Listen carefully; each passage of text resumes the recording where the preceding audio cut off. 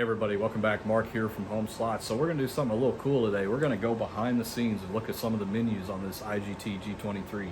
So this is stuff that the slot technicians would actually see if they had the actual access to do it. So we're going to look at some stuff like just general calibrations, setting up the games, the payback percentages, looking at the history, looking at the logs, even virtualizing some of the gameplay. So a lot of cool stuff in here, and I hope you guys get some enjoyment out of it. So let's get started and let's have some fun. All right, let's get started. So we're going to look into the behind the scenes menus of this IGT G23, and we're going to go in as a slot technician because we have the E key here, and that grants a lot of permissions, way more than just a floor attendant would have. So let's go ahead and get started here.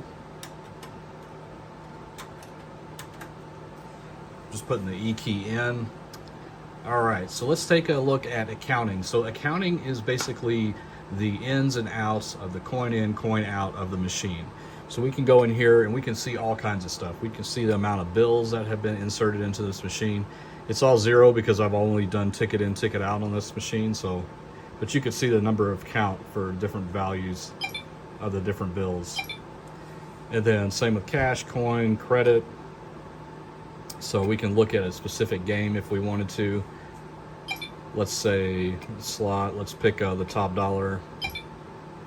So we can look at the accounting for just the specific game, amount played, amount won, and game hold percent. Now I do want to correct myself. In a previous video, I got these two confused. And some of you actually emailed me and called me out. So thank you for doing that. The game yield is what I was talking about earlier. So if this one's set to, I believe it's 97%, this is where it's actually at. So it has to actually go down about 17.98% before it reaches that theoretical payback percentage that's set on this game. So this one's actually paying out more than it has taken in. But again, over time, that will balance out to that 97%. So I did want to correct myself on that. And then here we can look at game performance, pretty much the same thing, but just in a chart view. So here's the pay tables. So this is the actual payback percentages that I've set on all of these games. And then this is the game hold. So in order to get the game yield, you subtract 100% by that. So that would give you, I don't know, roughly around 80%. So this one is getting close to that.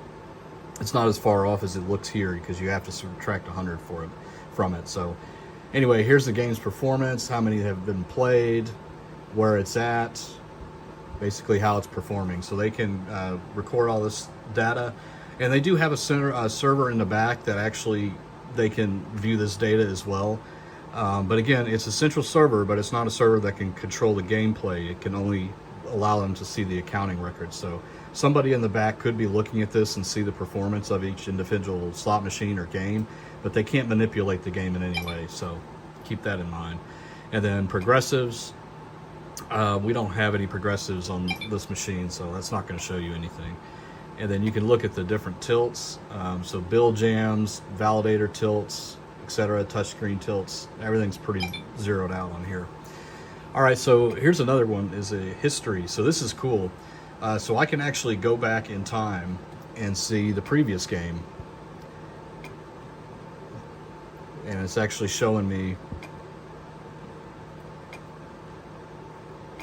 what each of the games were. So if there was ever any question or doubt about the pay amount on each of the different ones, you can see the exact time that it occurred, game started and ended at, the session number, the win, which was 50 cents on this, and there you go. So we can just keep going back in time. We can look at specific ones.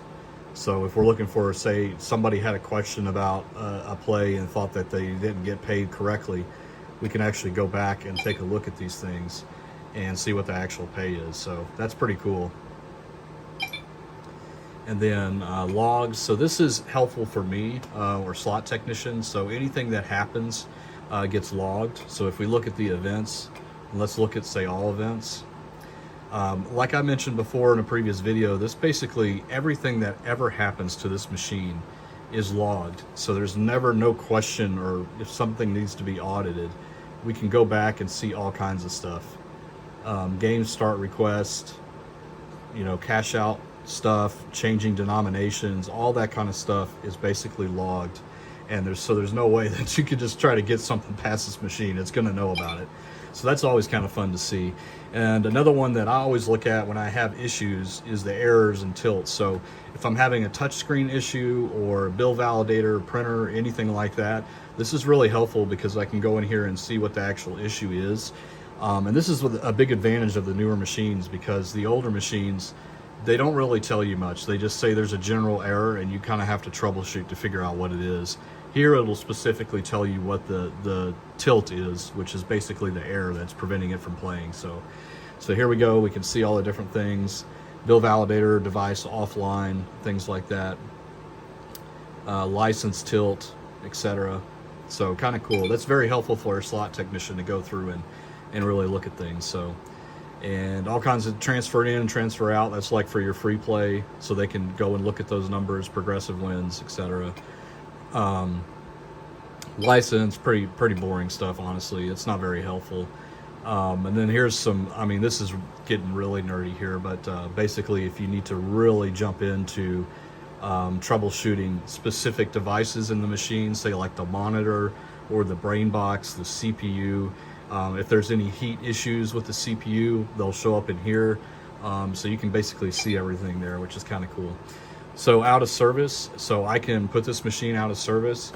Reasons for this, if you're on a cruise ship, the machine has to be out of service until you're out to sea. Another reason is if you're holding it for somebody. So a lot of the high rollers actually get the capability of saying, can you hold that machine for me, so we can set it out of service, and that just puts a message on the screen saying it can't be played. So kind of cool. All right, so setup, there's a lot of stuff in here. So we can go through and set up the attract mode. So I can basically say, you know, how long I want to wait for the attract mode to come on, you know, theme specific attract options. So I can go to certain games. Let's say I was playing Cash Coaster. I can enable the Cash Coaster, whatchamacallit, attract mode if I wanted to, or I can disable it so it doesn't show up. So there's a lot to do. I leave those all in default because it doesn't really matter to me. Cash handling, so this is where I go and set up what denominations are available.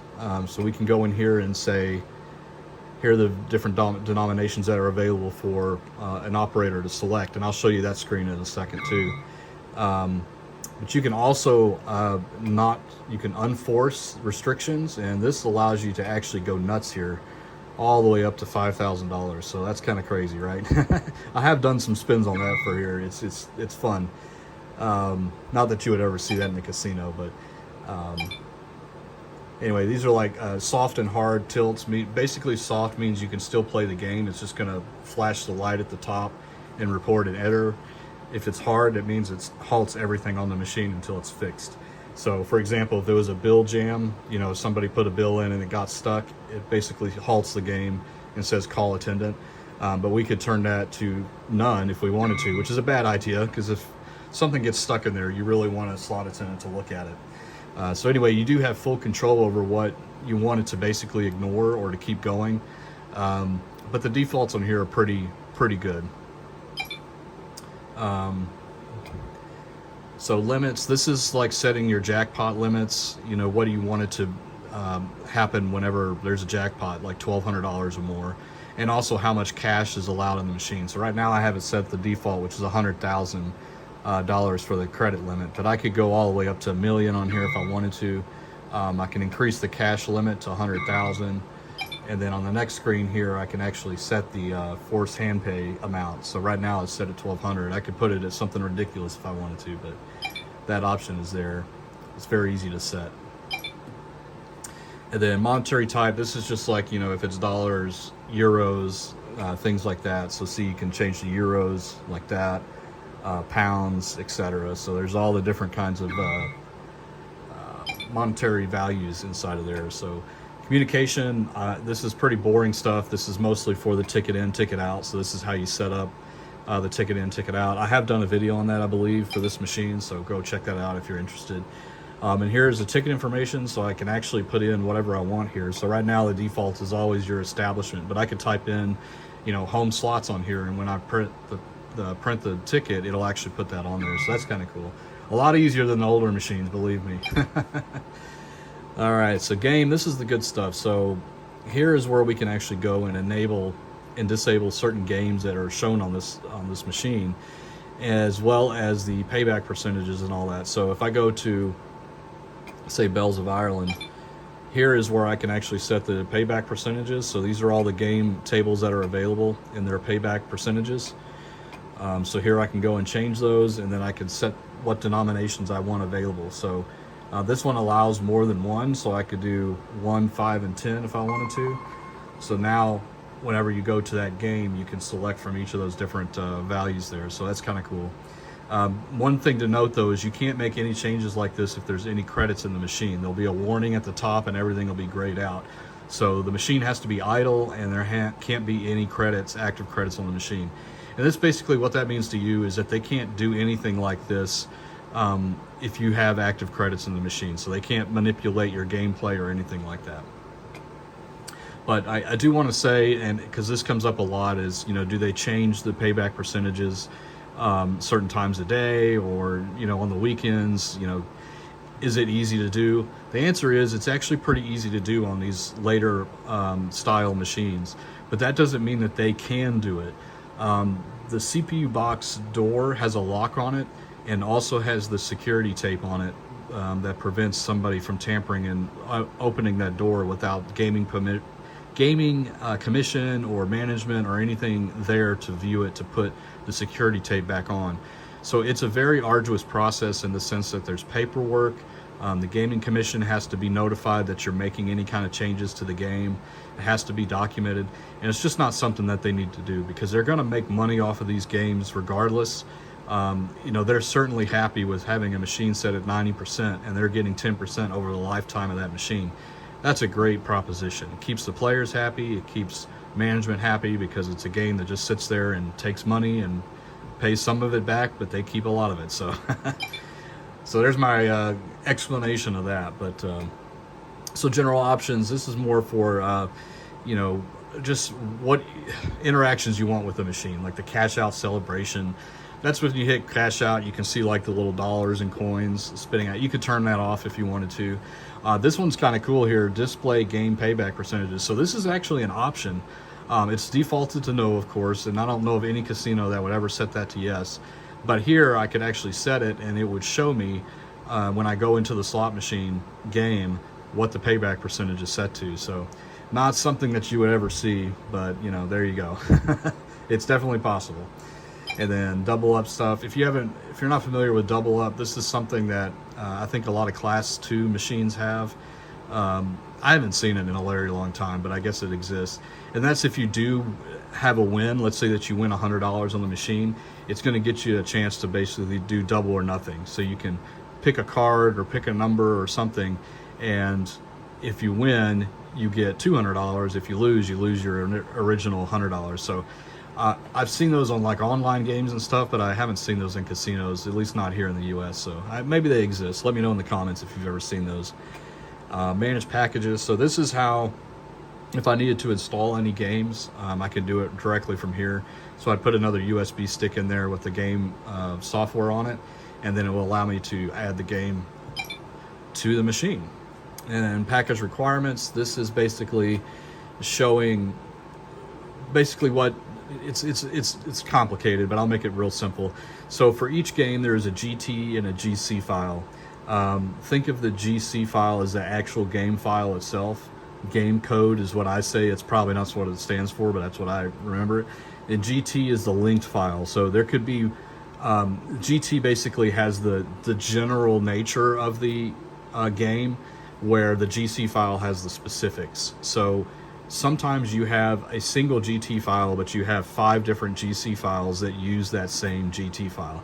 It's really just nerdy. I don't need to really explain it any further than that, but that's what that is. That's all I'm saying.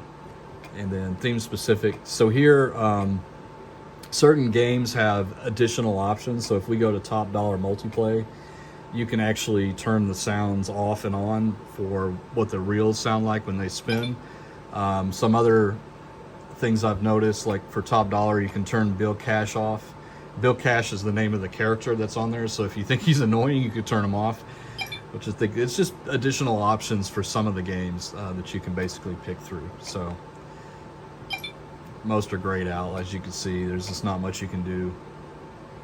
So anyway, let's go to machine. So if you do have a physical bell installed in the machine, well, actually, no, I'm sorry. That's for the older style. This is actually for, you could have an alarm sound if any of these things are true. I always set all these to no, because man, is it annoying. You open the door and it's just a loud bell ringing sound.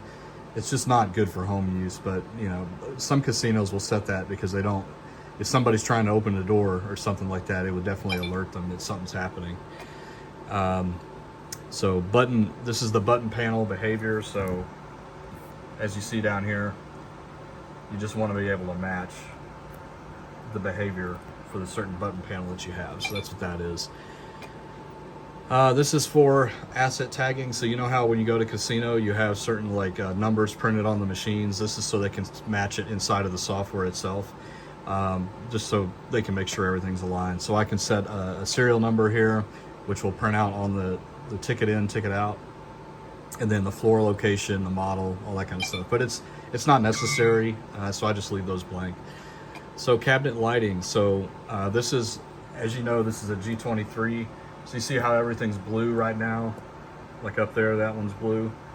So basically you can have that certain games actually have programming to control the lights to do different things like dancing whenever it spins and stuff like that. So I always leave that to yes.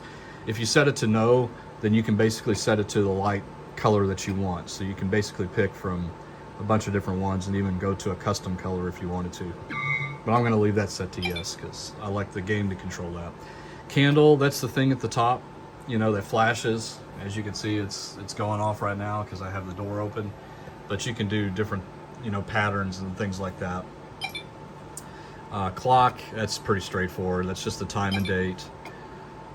Player identification. So this is like if you have a player tracking system. So you're like your comps and stuff like that. So that's what this setting, I do not have one installed in here, so that's why I set to no. And then player lockout. So basically if we ever wanted to lock the machine, we can customize what the message says here. And then finally volume. So we get volumes for everything here, from the security alarms to the tilts to game sounds, game special sounds, user feedback, blah, blah, blah, blah, blah. So you can basically customize the volumes for each individual thing that happens on the machine. And that's why sometimes you'll sit down in a game and the gameplay is very loud, but then when you hit a hand pay, it's very low. Well, they set it to that, you know, and they can choose whatever they want inside of here. So, all right, main menu. This isn't very exciting. This is basically the menu selection where you select which game. You can control what it looks like. So I can actually go in here and set it to, let's see, how many themes are displayed per page. So right now I have 4. I can change it to 9, so it'll show more games. And when we back out of this, I'll show you what that looks like. Media display, I never use this, so I don't know what this is for. I have no idea. I think if there's other things attached to this machine, you can basically control where they are and all that kind of stuff. And this is set for progressives, so I don't have any progressives on this machine right now, so I don't need to go through this. All right, finally, support diagnostics. So this is another good thing to look at. So what I did is went into the system monitor, and I do go into this every now and then because we want to make sure that the battery voltages are where they should be. If they start to get too low, you'll start to get tilts on the machine, and that basically leads to people not being able to play it. So we can take a look here. The 3.3 volt battery is doing good. The 5 volt battery is doing good. Actually, the 3.3 is the battery. These two are just standard voltages going into the machine. So if you don't have your voltages correct on your wall plug, they'll show up here. And then this is the virtual battery, or not the virtual battery, but the oh shoot, I forgot what it's called. Doesn't matter. But it's one of the other batteries. It's the battery that's actually located on the motherboard itself. And so we can actually look at the temperatures too for the CPU, GPU, North Bridge, which is the top. Make sure those are all good. You can see the fan. I mean, this is stuff that you see, you know, just you know, like, sorry, I just now focused that. I hope it wasn't blurry the whole time. But, you know, it's just like a computer. You know, your voltages, your temperatures, as well as your fan speeds, all that you can see inside of there. So that one's always handy to watch. So this is more, you know, just really drilling down into diagnostic stuff. So we can also do cool stuff here where we can play the game but control what the output is. So I can go down here and say, give me a 2 times, a 2 times, and a 2 times, and say evaluate. And what it will do is tell me, oh, I need to max bet it, evaluate. It'll say that's 1,000 credit win. So I can go, I think there's a 3 times. So 3 times, 4 times, and where's the 5 times? There. So max bet, evaluate. So that's 10,000 credits. Wouldn't that be pretty to get, right? So we can actually control this and you know, go to each of the different games. So if I go, let's go to a different one. Let's say Double Diamond Deluxe.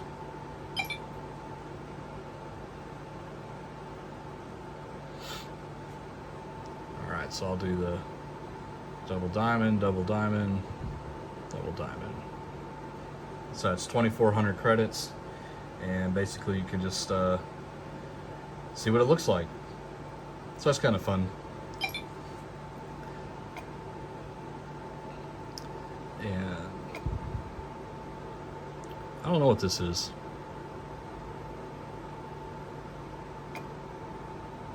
Who knows? I've never really messed with it because it doesn't do anything. So button and switches. So this is how I can test the different buttons. So as I push them, you can see them light up. And this is good for trying to troubleshoot certain buttons that aren't doing anything. And you can also click on here and it will light up the button so you can look at it. So it's just diagnostic stuff. Cash handling, so I can put in a bill and it will tell me exactly what kind of bill it was, $100 bill, etc.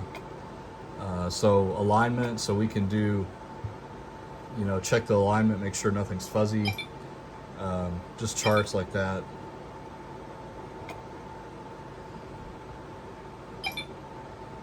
And speakers, so we can test. Right front, left front.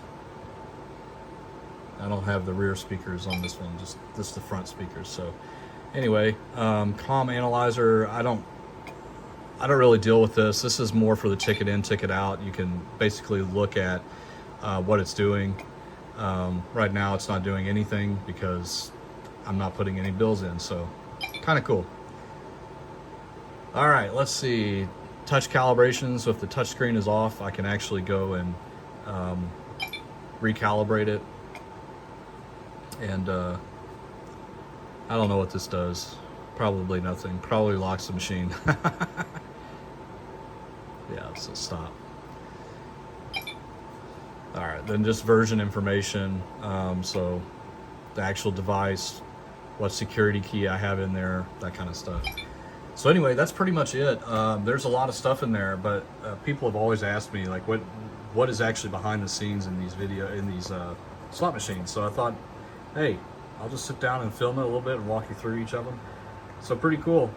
Anyway, guys, I hope you appreciate the video. If you do like it, I would love a thumbs up, and a subscription would always be nice as well. And don't forget, contest is coming up. I think I will be starting it tomorrow on Sunday, so look forward to that. All right, guys, take it easy, and we'll see you on the next video. Bye-bye.